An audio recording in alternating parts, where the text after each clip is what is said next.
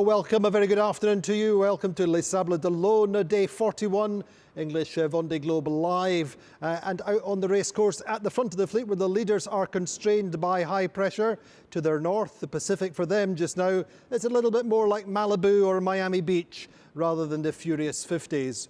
Well, Louis Burton is making a pit stop today in the remote Macquarie Island. He spoke with his godfather, Romain Grosjean, who's a French F1 racer, talking about making the pit stop at the Macquarie Island. So that's one to watch this afternoon, this evening, to see how Louis gets on. And Boris Herrmann, the German skipper, is up to fourth place. He has passed Jean Le Cam. My guest today is Rich Wilson, who is, I think, in Marblehead in the USA.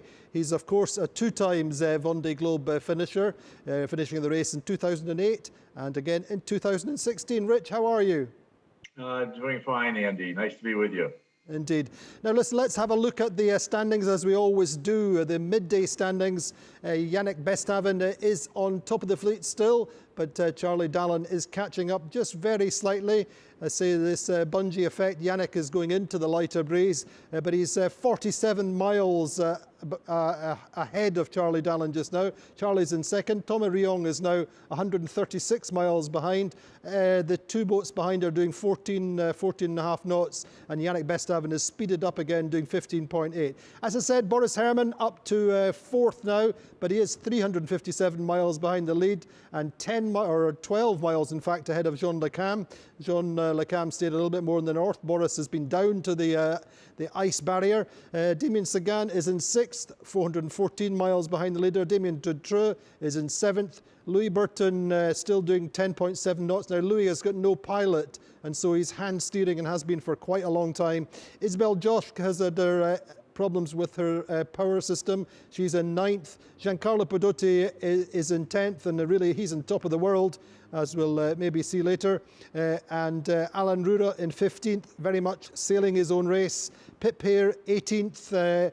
She is very close, or actually no, she's now 60 miles as of yesterday ahead of Didac Costa.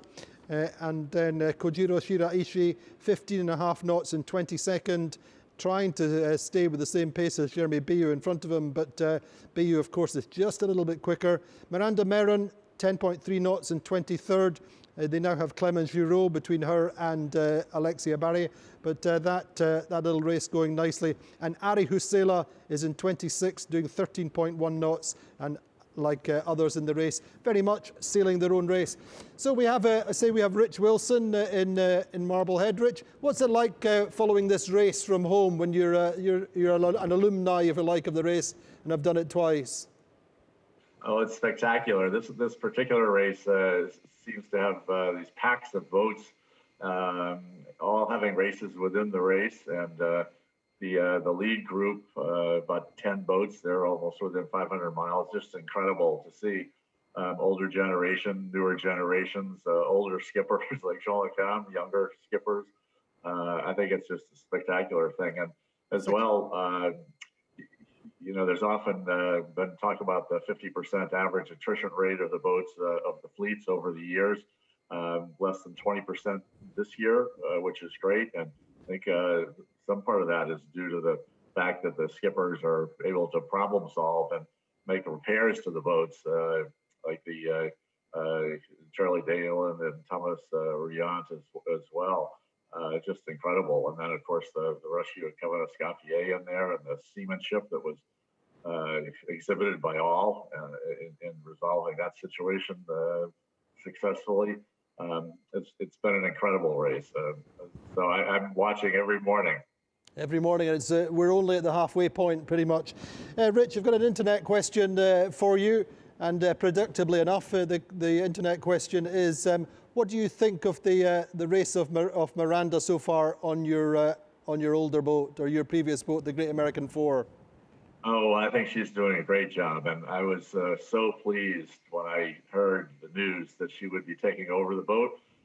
She's an incredible sailor. She has all sorts of mileage on and successes in so many different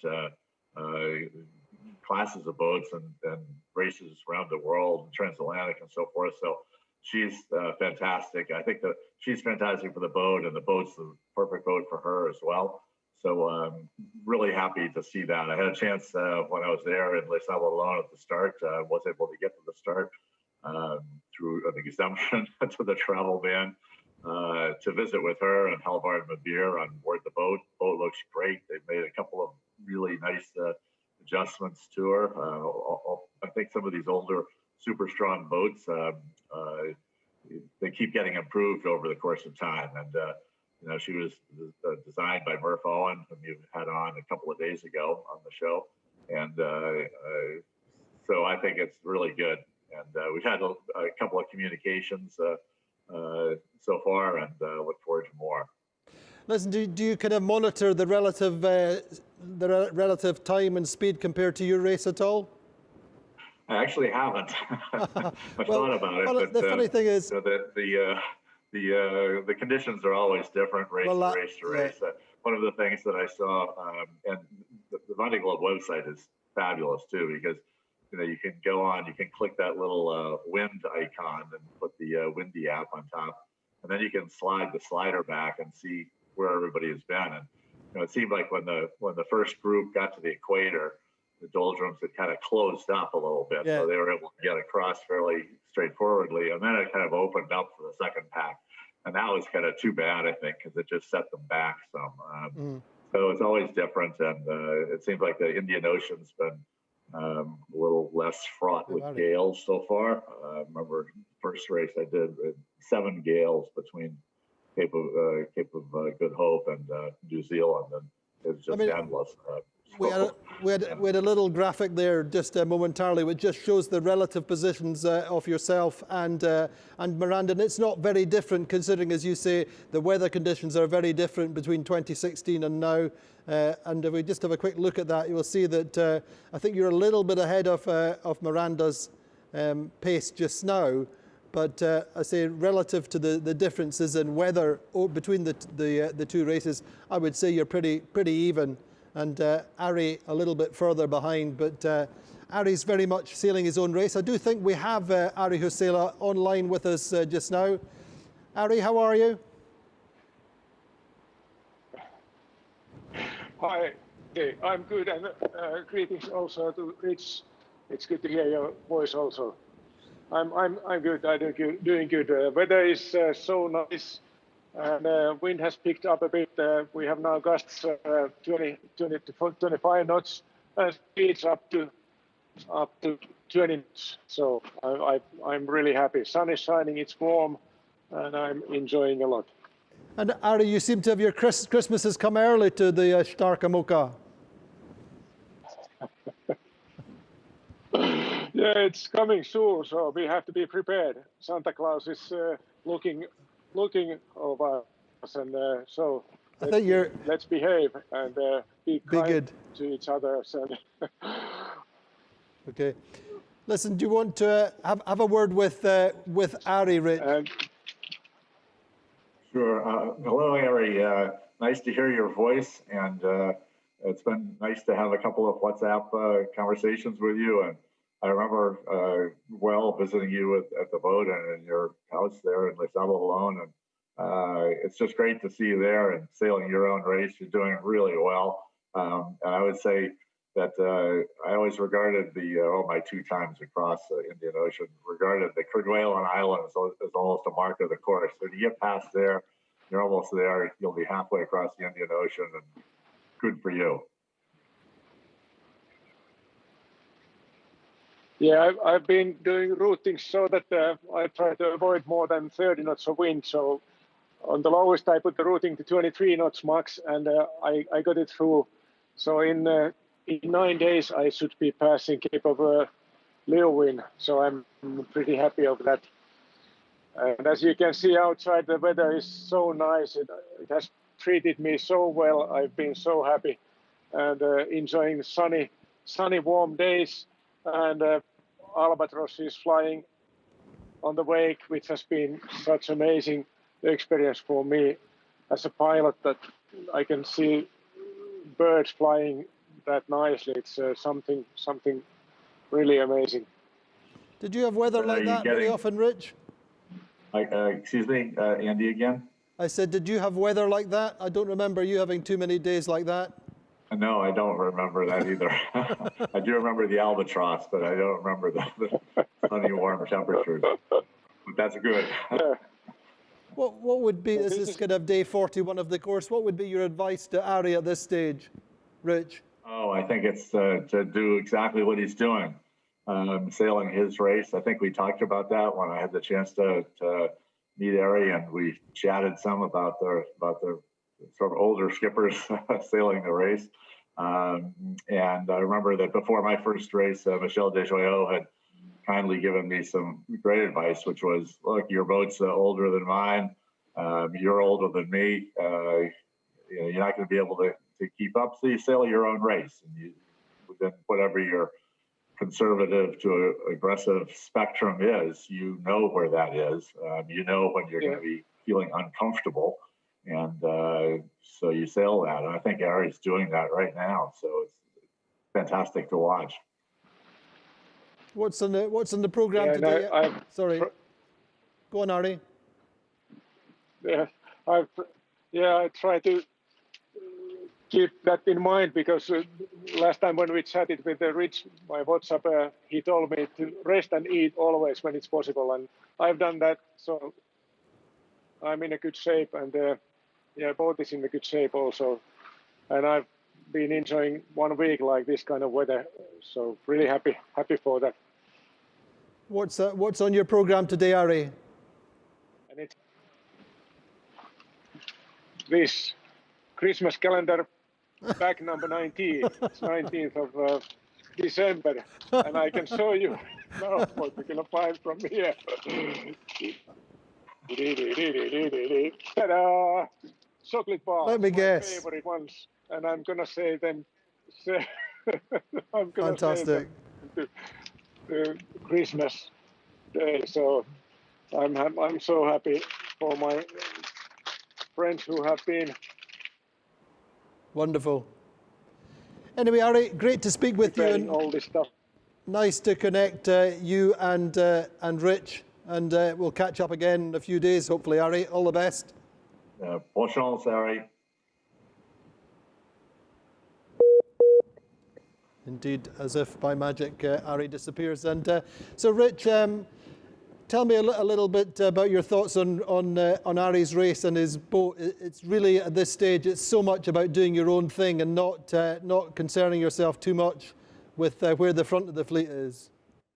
Oh, yes, I think that's exactly right. And as I just mentioned, you have to sail your own race. And the people at the front of the race, that's where they're supposed to be, and that's their technical spectrum with new boats and their skill set spectrum, seamanship spectrum as well. And but everybody doesn't have those great fast new boats, but there are some great boats in this race. You see what Jean Lecomte's doing; it's fabulous, and I think Ari's doing the same thing. And his dream has been to sail this race for 20 years, and he's sailing this race. And just the great thing about the Vendée Globe is that it has the whole spectrum of challenges. They're technical, particularly for the newer boats, but even the older boats, the boats in the back have many of the same systems, maybe not the foils, but everything else. And so they're very technical, but above all, the Vendée Globe is a human adventure, and you're challenged to your limits in every part of your personality and your abilities. And that goes for the boats up at the front too. Even if they have a faster boat or a newer boat or the latest, they still have to sail a 60-foot monster boat around the world by themselves. And it's not going to go smoothly all the time. So human adventure first. And I think that's why the people in Les Sables, the French people, they just love this race. And I think it was unfortunate that with the second lockdown coming about a week before the start of the race, that there were no spectators along that channel. And in 2016 when we sailed out or towed out, there were 350,000 people cheering us on, and that kind of encouragement, those 18 first timers didn't get a chance to see. Yeah. They'll see. Hopefully they come back, but it's just a great thing. Human adventure first, technical challenge second. Good. Now listen, we've got another internet question for you about the race of Jean Le Cam. You did touch on it, but our internet question: what do you think of the race of Jean Le Cam? Oh well, I think Le Roi Jean, King John, as they call him. One of the things for Americans to understand would be that some of these sailors are so popular they get their own nicknames applied to them. And he's King John. He's a three-time winner of the Solitaire de Figaro, a couple of times right up at the top of the Vendée Globe fleet. Just a magical sailor. Older boat, but it's perfect condition. I haven't heard of any reports of anything going wrong with his boat. And, no. It's a wonder to watch. He's 61, and so he's the oldest in the fleet. But it's what an inspiration. It's still a very physical challenge, though. Oh, absolutely. I think that part. It's not just your normal sailboat race. My target caloric consumption was 6,000 calories a day, and I reached about 5,500 on average a day all the way around the world. And so that defines, I think, the physical effort of sailing these boats. The mainsail is 1,800 square feet. The Genoa, we called it the J1, bow to the top of the mast, upwind sail. 1,500 square feet. The biggest downwind Gennaker is 4,000 square feet. And when you're doing all of that alone, if you can do a Gennaker to Genoa sail change in 30 minutes of full-on physical effort, like you're just full-on in the gymnasium, then that's really good. And if something goes wrong, that 30 minutes extends to 75 minutes. Yeah. And they're really physical boats. And are you still as fit? Not quite trying, Andy, but no, I think I was always motivated by the fear of being in the South. And, yeah, exactly. So.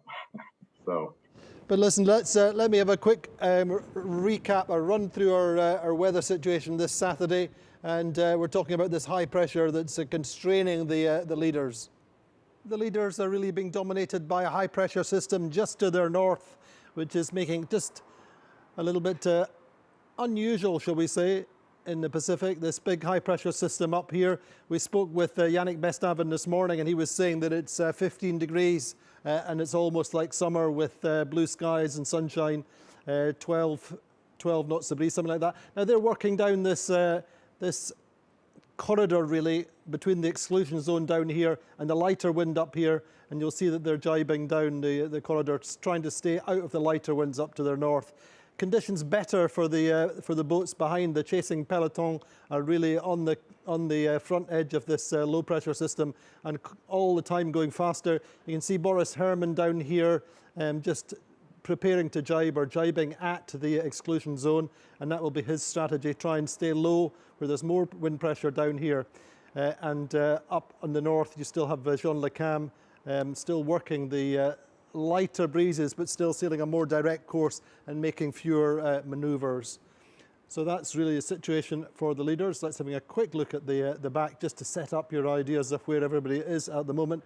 Again, we're looking at this frontal system, a front down here, and the boat's up on the top curve of it, as always, in front of the front, best conditions, flattest waters, and in the northwesterly breeze. So Charal, for example, is really going well up there, and out in the front, La Fabrique, Alan Roora, quite good conditions in southwesterly just now, 20 knots, something like that, and kind of various situations behind them. I say this is this low pressure system. So that's a quick look at the fleet in general. Let's move this lovely little animation so we can see it. And this is, just as I was saying, this is now Saturday today. This is this afternoon. Yannick Bestaven, Charlie Darlan and Thomas Rion. Darlan and Yannick Bestaven kind of in phase with each other just now. Thomas Rion in a different phase, having been up to the north. But this is their problem just now. They're running into this light airs in the high pressure system, just which is building in front of them. And so they will slow, and the boats behind, we will see, should catch a little bit more. If I just get the animation running, there we go. I'll expand it very slightly. And it's all about running this corridor for them. You see it's a little bit of a slalom under this high pressure system. We're now on Sunday tomorrow. And you see now that the high pressure is pretty much tracking with the leaders, and that's going to be, it's going to be decent conditions, nothing too challenging. But all the time we're seeing that the boats behind, the compressing into them, the old bungee effect for them. And that's now through to Tuesday, Wednesday. I'll just pull it back a little bit. And this low now starting to catch the boats behind. So we should be seeing some compression over the course of next week. And then let's quickly run this animation here, if I can stop it. There we go. So this is the back of the fleet, giving you an idea. Remember, this is the rescue zone, Cape Lewin, and once again, high pressure system dominating in the west of Australia, sorry, and the same situation. All the time we seem to be compressed by high pressure and the exclusion zone, so lots of manoeuvres. And this is a kind of middle order group running through to Tuesday, and this high pressure. Now the high pressure starts to dip down underneath the exclusion zone.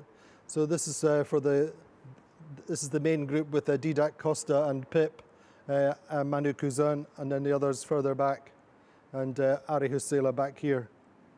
So that's the situation for the weather this Saturday. Indeed, that is the situation for the weather. We touched there on Alan Roora. Now, Alan, I think in the early stages of his race, he was feeling a little bit out of sorts. He felt he wanted to be much more competitive than he was. He's now very much more into himself and in a better state of mind. And this was Alan today. So it seems like you're going quite well at the moment. You've got wind and going quick. Yeah. It's the end of the depression. I still have 25 knots of wind overage, but the sea is really high and really from the sideways, so it's hard to be really fast. It's hard to have the good sails, to have the boat in safe mode, but I try to do my 17 knots of overage.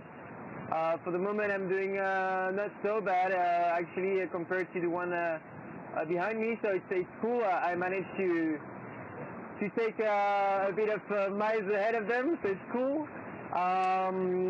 Tonight the wind is going to slow down a little bit. I hope the sea too, because if the sea stay like that, it's going to be just a mess. But yeah, I'm happy to go in the good direction with some wind. It's been a long time. And listen, is it very different in your mind the second time, the second race, when you know things from before? Yeah, well, I think I understood some different things on that race, because the first time I was here for the adventure, I was here to realize a dream and take a lot of pleasure. And I think till the beginning of the race, I was just too much in a racing mode, too much pushing the boat, trying to beat the others. And I forget a bit what the Vendée is. And I think now I'm changing a bit my mind of my way of sailing and how I'm going to do the second part of the race. And I think we never stop learning on the Vendée Globe, and that's the good point. And maybe I wasn't me on the beginning, and I would try to be the Alan that I know, the Alan that can sail fast and be totally crazy, and not thinking about the others and make my course because of the others, but just because I want to do my course, my own course, and sail well. And that's the difference between the first and the second Vendée. I think I learned which kind of sailor I am. And tell us then, what kind of sailor are you finding out that you are? Well, I think I put too much pressure on myself till the beginning to be faster than the others, to be closer to the fleet, and it's not me. I'm a competitor. I'm a racer, but that's not how I'm supposed to push on my boat. I'm supposed to push on my boat like the condition I have to sail the best as I can, and not thinking about the others. And I'm a racer, but before that, I'm a sailor. I'm a real sailor, and I need to take care more of my boat and more of what I'm doing. Less mistakes and sail fast and have pleasure, have more pleasure. I think that's more important. But for example, it's interesting that Boris Herman sent a message today, and he said that he's only now getting used to really being alone. Up till now, he's been working at contact with his friends and everything else, and now he's just getting used to being on his own. Well, you know, everybody's different. I'm for sure in contact with my team, some friends inland, because I think it's important. It changed. That's the big difference between 2016 and 2020 Vendée. I have contact with land, and that's really cool. But I'm used to be alone, and I'm happy to be alone on my boat. I mean, that's why we're here. For sure, I will be happy to have Christmas with my family and friends. And but that's gonna wait for another few more weeks till we come back home and have some real time with friends and family. But for the moment, I appreciate those moments alone, because on the normal life you don't spend so much time alone, and that's quite cool actually. Now listen, once again, Alan, you've managed to send flowers from the Southern Ocean to your beautiful wife, and me and Les Sables d'Olonne haven't managed to do the same, so you're showing us up. Thank you. And listen, I tell you what, we've got Rich Wilson is on our show today, a sailor you were close to in the last race. Just a message for Rich. All right. I miss you on the Southern Ocean. I miss you, and I miss you, Eric. I hope you'll be there when I come back, because it's going to be a big party. Because this Vendée, it's a bit different than the others. And Les Frères du Sud, we are Les Frères du Sud. We're a group of 3 people. And yeah, those moments on 2016 with Rich was just really beautiful. And now I'm alone on that race for the moment. I have no one's around, but I appreciate you, but I miss you, Rich. Alan Roora missing you and talking about the old 3 Musketeers in the last race. Now, Rich, listen, tell us what's happening in the States at home. You're starting to have a pathway for solo sailors, or trying to build solo sailors who may in the future come and do the Vendée. What's happening there? Yeah, so that's actually a project that has sprung out of my time in France and seeing how much offshore sailing there is, both the racing but also cruising. And so we've determined that we need more of that here in the U.S. So we've formed a group called the Collegiate Offshore Sailing Circuit, and we've been able to muster support to buy 10 of the Figaro 2s as they were transitioning to the Figaro 3s in France. They're perfect for our purpose, and to bring them over here to the U.S. to distribute them to colleges for college sailing teams, to then have the proper vehicles to actually go and teach and learn offshore sailing, offshore seamanship. That's our goal. And we've also discovered that in some community sailing programs, they are interested as well for students in high school, perhaps. And so we've, as I said, we've got 10 boats. 6 of them are deployed at 3 maritime academies, merchant marine academies, 1 at the Webb Institute, or 2 at the Webb Institute of Naval Architecture. And we have other colleges, private colleges, that have expressed great interest in this. It's a whole, it's essentially like introducing a new sport into colleges. And the students, you know, nobody ever forgets their first night at sea, offshore, out of sight of the land. no matter what the weather conditions are. And that's an adventure that's just beyond compare. And that the personal development that's involved in that kind of an adventure, as well as learning the technical seamanship skills, really can carry you a long way in life. It opens up imagination, and as I said, being out of sight of land is just a different thing. And so that's what we want to bring to younger sailors and to help make a transition from, there's really a gap between college sailing, which is almost all in dinghies, and adult sailing here in the U.S., where you may be sailing bigger boats and doing some coastal cruising, that sort of thing.